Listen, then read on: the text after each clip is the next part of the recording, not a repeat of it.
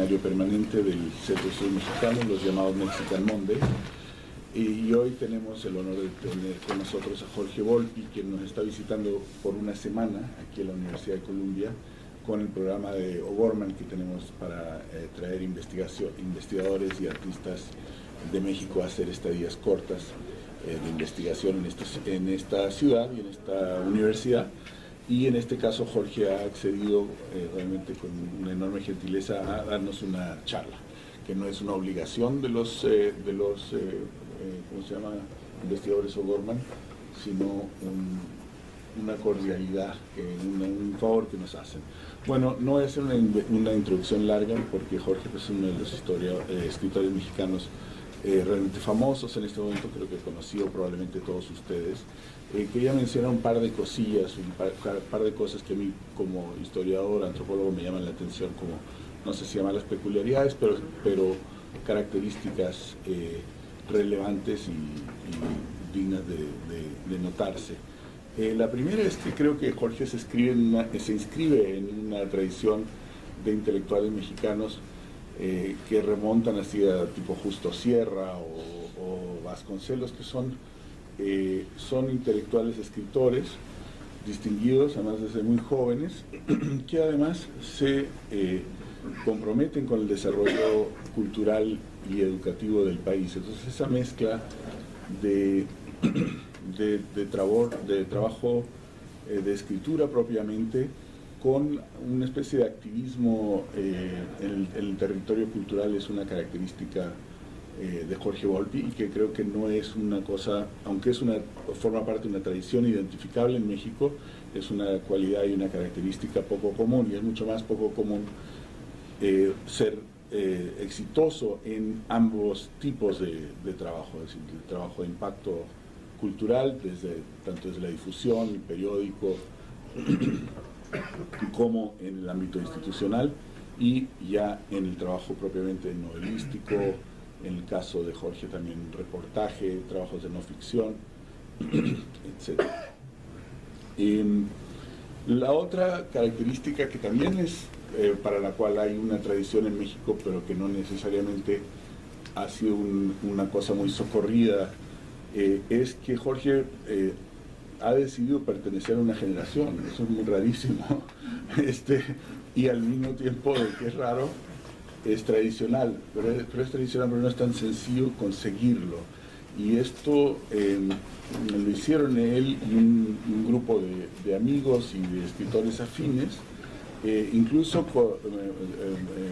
con un manifiesto que se publicó a mediados de los años 90, el famoso manifiesto Crack, es decir, hubo un intento de autodefinición generacional, cosa que era bastante problemático, diría yo, en ese momento histórico.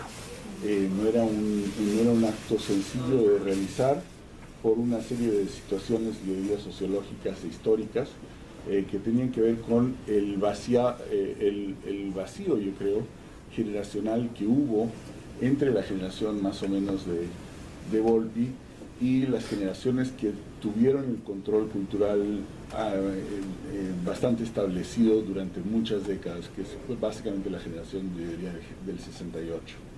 ¿no? Entonces la generación de Monsiváis o de Aguilar Camín,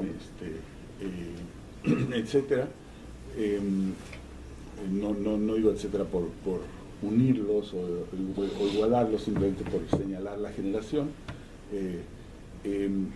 tuvo poder cultural en México, digamos, mucho más allá de lo normal en una generación, probablemente por las crisis de los años 80 y demás. Entonces, esta fue realmente la primera nueva generación, creo, en el ámbito del literario, que se identificó como tal con todo el manifiesto.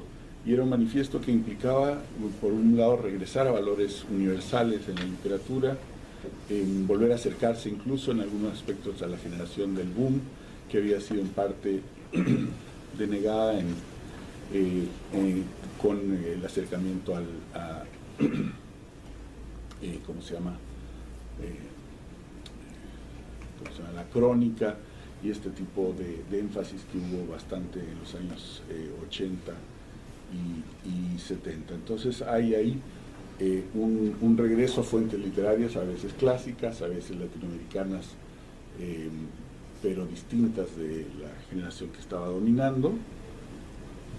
Y también hubo, creo, cierto interés por, no sé si llamarlo universalismo o simplemente por ver al mundo desde donde sea que estuvieran estos escritores. Si estaban en México, verlo desde México; si estaban en otras partes, verlo de otras partes, pero abrir su libertad a escribir respecto de lo que tuvieran enfrente y no estar, digamos, encadenados a temas mexicanos.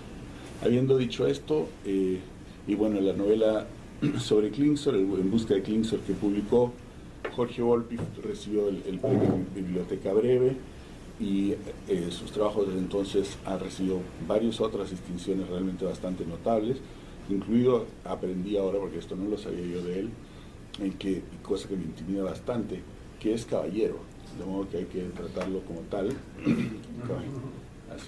Es caballero de la Orden de las Artes y Letras de Francia, y también tiene el mismo tipo de título nobiliario y digamos, y letrado de parte de la monarquía española. Recibió también de este país algunos reconocimientos más republicanos, como la beca Guggenheim y cosas así.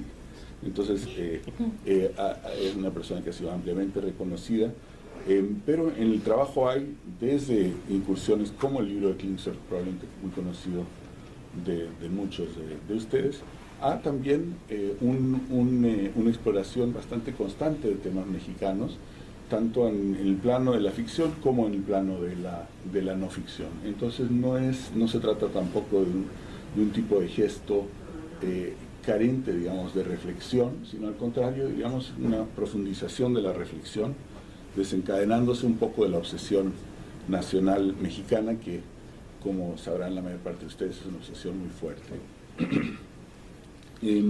Creo que su último libro, tuve el privilegio de presentarlo en Guadalajara, Examen de mi padre, que escribió Jorge Volpi a raíz del fallecimiento de su padre. De hecho, es un evento que conocimos aquí en Colombia, no solo, entre otras cosas, porque iba a venir acá en esas fechas cuando se enfermó su padre, que era un médico, y es un libro realmente extraordinario de reflexión personal, de recuerdo de su padre, que era un médico, y al mismo tiempo de reflexión del momento de escritura del trabajo. Entonces es un libro que realmente me parece muy notable y que les recomiendo ampliamente. Bueno, Jorge ha venido acá a hacer investigación sobre uno de sus proyectos actuales, que trata del caso de Florence Cassés, un caso judicial notable en los últimos tiempos de México. Iba a conversarnos un poco sobre esto, pero dada toda la situación trumpista con todas sus inevitabilidades, ha decidido también hablarnos un poco sobre el muro, y entonces tenemos el título de la charla de hoy, que es Cervantes y los muros. Y muy bienvenido a tu casa, Jorge. Espero que esta sea la primera de muchas. Muchísimas gracias, Claudio. Muchas gracias, Claudio, por la invitación que finalmente pudimos concretar, y estoy muy feliz de poder pasar esta semana en Colombia investigando justamente sobre temas relacionados con mi proyecto más reciente al que ya has hecho referencia. Y ese era el sentido original que habíamos planeado para esta charla, era conversar con ustedes un poco sobre este libro en proceso, que trata sobre el caso Florence Cassés, que quizás muchos de ustedes conocieron en su momento, sobre todo los que sean mexicanos. Fue un caso judicial muy relevante que estuvo cerca de provocar la ruptura de relaciones diplomáticas entre México y Francia. Nunca hubo una tensión tan fuerte entre los dos países desde hacía muchísimos años como el provocado por este caso, que tiene aspectos que me parecen muy interesantes en términos de historia reciente, en términos de análisis del sistema de justicia mexicano y de sus principales problemas, y me parecía interesante compartirlo con ustedes. Pero al mismo tiempo, pues en estas circunstancias en las que estamos, ser mexicano y venir invitado a una universidad en Estados Unidos, pues hace casi inevitable que creo que haya que hacer cierto statement hablando sobre las condiciones que nos rodean desde el lado de la cultura. Pues le comentaba esto a Claudio, y entonces la idea creo que sería un poco la siguiente, de hacer un tanto híbrida esta sesión. Primero me gustaría compartir con ustedes un texto, Cervantes y los muros, que preparé recientemente para una invitación que me hicieron a una sesión en el Parlamento Europeo para estar hablando en contra precisamente de la construcción del muro desde la cultura. Entonces quisiera leerlo aquí también para ustedes, y después de eso, si tienen preguntas sobre este texto y sobre la situación, digamos, vista desde México, comentarles un poco ya, ahora sí, de manera un poco más informal, sobre este proyecto en torno a Florence Cassette y lo que significa, digamos, como caso emblemático de cómo no funciona la justicia en México. Entonces aquí por lo menos así habría casi cierto equilibrio de lo que no funciona acá y lo que no funciona allá en partes sucesivas de esta charla. Entonces les leeré este texto, que no es demasiado extenso, y si quieren conversamos un poco sobre esto y luego les cuento un poco sobre este proyecto en proceso. 1. Cerca de los 50 años, los mismos que cargaba a cuestas el anciano Alonso Quijano cuando abandonó su hogar en busca de aventuras, y yo mismo voy a cumplir esa edad muy pronto, Miguel de Cervantes inició la escritura de una ficción que imaginaba breve, un cuento, o al decir de entonces una novela, en la cual un buen hombre perdía la chaveta a fuerza de leer libros de caballerías y se lanzaba a desfacer entuertos en un mundo que no necesitaba de más héroes y solo existía en su cabeza.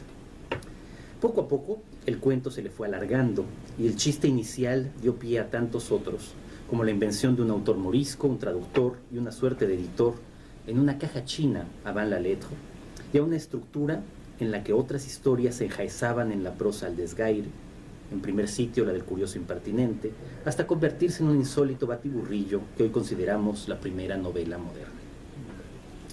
Como cuenta Jordi Gracia en La conquista de la ironía, en 2016, la biografía más reciente del alcalaíno, para ese momento Cervantes ya había vivido todas las vidas imaginables en su tiempo.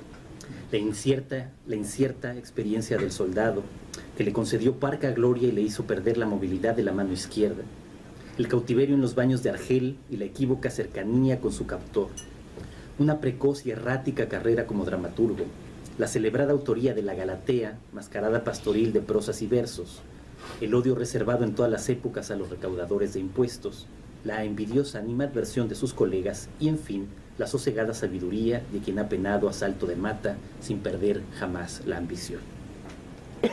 Tantas experiencias contrastantes debieron curtirlo e inspirarlo, porque las aventuras del ingenioso hidalgo Don Quijote de la Mancha no se parecen a nada que se hubiera escrito antes, ni que él mismo fuera a escribir después, ni a nada escrito por entonces. El libro rodó por las calles y aunque quizás nadie vislumbró su valía y su extrañeza, acomodado como fuere en el entretenimiento light de la España filipina, se convirtió en un apreciado bestseller para su editor. La gente reía y reía con las desgracias del miserable Quijano y con las sandeces de su Sancho, sin apenas reparar en que esa risa tenía algo escondido, una sombra de compasión o de salto al infinito, un sobresalto íntimo ante una locura que a ratos no lo era tanto. Sintiéndose un mero escritor comercial, de esos que hoy tanto incordian a nuestros críticos, Cervantes probó suerte con la alta literatura, los hoy abandonados o casi no leídos trabajos de Persíles y Sigismunda, publicó sus comedias y entremeses y se arriesgó con unas novelas ejemplares, pero no pudo no regresar a su hidalgo. Cuando ya había pergeñado una nueva salida de Don Quijote, un rival del círculo de Lope, escondido tras el antifaz de Avellaneda, sacó al mercado una espuria segunda parte. La rabia y la venganza provocaron el mayor salto ficcional de la historia, y Cervantes obligó a sus personajes a leer tanto su primera parte como la del canalla, a mirarse en esos textos, a discutirse y enmendarse. Si ya Cervantes había logrado inventar un loco cuerdo o un cuerdo loco, que tanto deliraba como combatía serenamente la injusticia, en una ironía que desmantelaba las leyes de su mundo y del nuestro, esta inédita misa nabim abrió todos los caminos posibles para la literatura que, de la mano de Stern y mucho después de Kafka o Borges, habría de aparecer en el futuro. 400 años después de su muerte, todos los escritores de ficción le seguimos debiendo esa libertad. 2. Si hay una muralla, una frontera decisiva en la obra de Cervantes, es la que aparece en el cerco de Numancia, pieza compleja, ambiciosa e imperfecta, acaso la mayor de su autor y la única tragedia española de la época que mantiene su vigencia.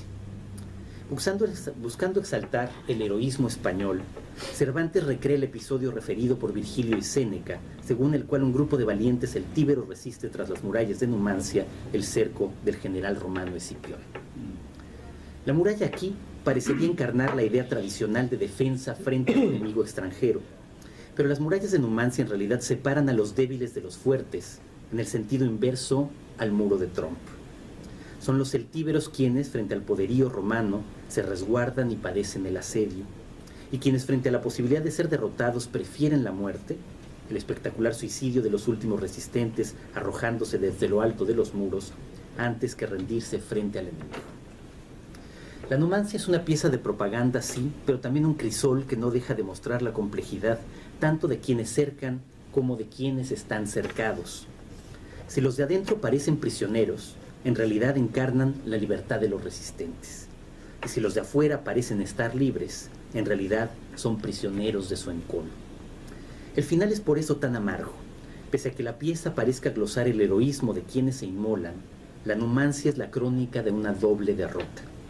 De los numantinos, que mueren en masa, y de los romanos que no son capaces de conquistarlos y deben conformarse con una pingüe, absurda victoria, la de convertirse en amos solo de unos muros vacíos, de una muralla que no custodia ya nada de valor, porque su valor era resguardar a sus moradores. ¿Acaso sin darse cuenta y sin quererlo, Cervantes representa así el absurdo y la inutilidad de todos los muros, y esa absurda, maligna separación entre dos grupos humanos, los de adentro y los de afuera, que cuando existe y se impone por la fuerza, solo genera dolor y muerte? 3. Las fronteras separan a la humanidad en dos categorías excluyentes: los de adentro y los de afuera, los nacionales y los extranjeros, nosotros y ellos. Esta división nos marca de por vida, sea a causa del ius soli o del ius sanguini, del lugar en el que nacemos o de la sangre que en teoría corre por nuestras venas. Todos estamos obligados a pertenecer a un sitio y por ello mismo a ser considerados extraños o aliens, para usar el odioso término que suele aplicarse aquí en el resto del mundo. Aunque lo olvidemos con frecuencia, todos somos forasteros. Ya lo decía Paul Valéry, la era del orden es el imperio de las ficciones, pues no hay poder capaz de fundar el orden a partir de la mera represión de los cuerpos. Se necesitan fuerzas ficticias. Fin de la cita. Y por absurdo o kafkiano que parezca, a veces basta con caminar unos cuantos metros, con atravesar un río o un puente, para poner en riesgo todo lo que somos, o por el contrario, para salvar nuestra vida. 4. En nuestro universo imaginario, las fronteras se dibujan siempre como zonas de peligro, pobladas por individuos sospechosos. Sus habitantes tienden a asimilar costumbres de ambos lados y por tanto no resultan confiables para nadie más. Maleantes, perseguidos, delincuentes, prófugos y prostitutas. Para comprobarlo, basta recordar las imágenes de Río Bravo de Howard Hawks o de cualquier película de vaqueros. En efecto, ya el limes romano no solo señalaba el fin del imperio, sino el de toda la civilización. Más allá, solo se extendía el caótico dominio de los bárbaros, esos salvajes que antes como ahora solo piensan en atacarnos y destruirnos. Desde entonces, el pánico ante las invasiones ha sido la nota dominante de las sociedades prósperas. Esta amenaza externa, permanente y difusa, ha permitido justificar olas de represión, atentados contra los derechos humanos y hoy la construcción del muro en la frontera entre México y Estados Unidos. Aunque no lo veamos, aunque no distingamos sus rostros, los bárbaros están siempre allí al acecho, dispuestos a asesinarnos y robarnos en cuanto nos descuidemos un poco. Por ello se nos enseña en las escuelas que el mayor acto de heroísmo cívico es la resistencia ante el enemigo. Ya lo decía, de Numancia al Álamo a Leningrado, Son los valientes y arrojados defensores quienes merecen pasar a la historia, jamás los cobardes y despiadados atacantes. Sin embargo, hay que recordar que en la mayor parte de los casos, Constantinos Cavafis nos lo advirtió hace más de un siglo. Cito: ¿por qué empieza de pronto este desconcierto y confusión? ¿Qué graves se han vuelto los rostros? ¿Por qué calles y plazas aprisa se vacían y todos vuelven a casa compungidos? Porque se hizo de noche y los bárbaros no llegaron. Algunos han venido de las fronteras y han contado que los bárbaros no existen. ¿Y qué va a ser de nosotros ahora sin bárbaros? Esa gente, al fin y al cabo, era una solución. Fin del poema de Cavafis. Pese a la acertada intuición del poeta alejandrino, reelaborada en la hermosa y perturbadora novela homónima del premio Nobel Coetzee, vivimos un tiempo marcado por este inefable temor a los otros. 5. El odio a los aliens, a los extranjeros, es la nota dominante de los regímenes paranoicos y totalitarios obsesionados por combatir las amenazas externas. Pero por más controles policiales y migratorios que se establezcan, ellos siempre serán capaces de burlar nuestras leyes y de introducirse en secreto en nuestra patria, listos para iniciar su soterrada labor de destrucción. ¿Qué pretenden estos infiltrados? Siempre lo mismo: corromper nuestras costumbres, privarnos de nuestros valores, contaminarnos con sus ideas, infectarnos. Frente al alien, uno no puede sino sentir desconfianza o pavor. Su lengua, su cultura y sus costumbres no son del todo ajenas, y por tanto sus intenciones solo pueden ser maléficas, criminales y violadores. En pocas ocasiones prevalece la imagen del alienígena humanizado al estilo de E.T. o de Contact. Por lo general, los extraterrestres son invasores crueles y feroces, decididos a dominarnos, tal como hemos hecho nosotros con tantas civilizaciones del pasado. Los extranjeros, las fuerzas ocultas, antes los judíos, los chinos, los irlandeses, ahora los mexicanos, los sin papeles, son los responsables de todas nuestras desgracias, los causantes de todos nuestros males. Hay que perseguirlos, atraparlos, expulsarlos, porque lo peor es que estos aliens son tan astutos y maléficos que son capaces de copiar nuestras costumbres y apariencias, haciéndose pasar por ciudadanos comunes y corrientes.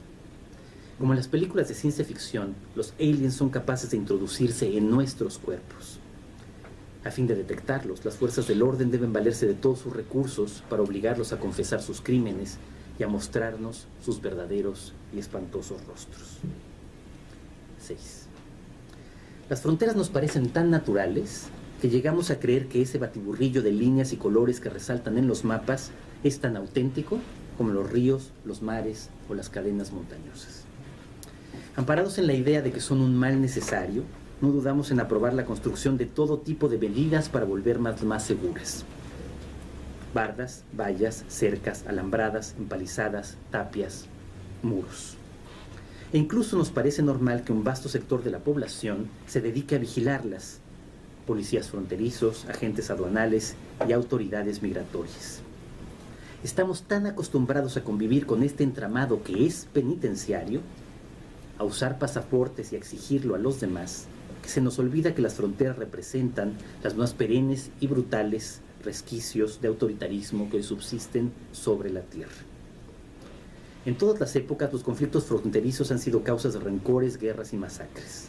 Prácticamente todos los enfrentamientos bélicos del pasado nacieron a partir de la ambición de unos países por extender sus fronteras.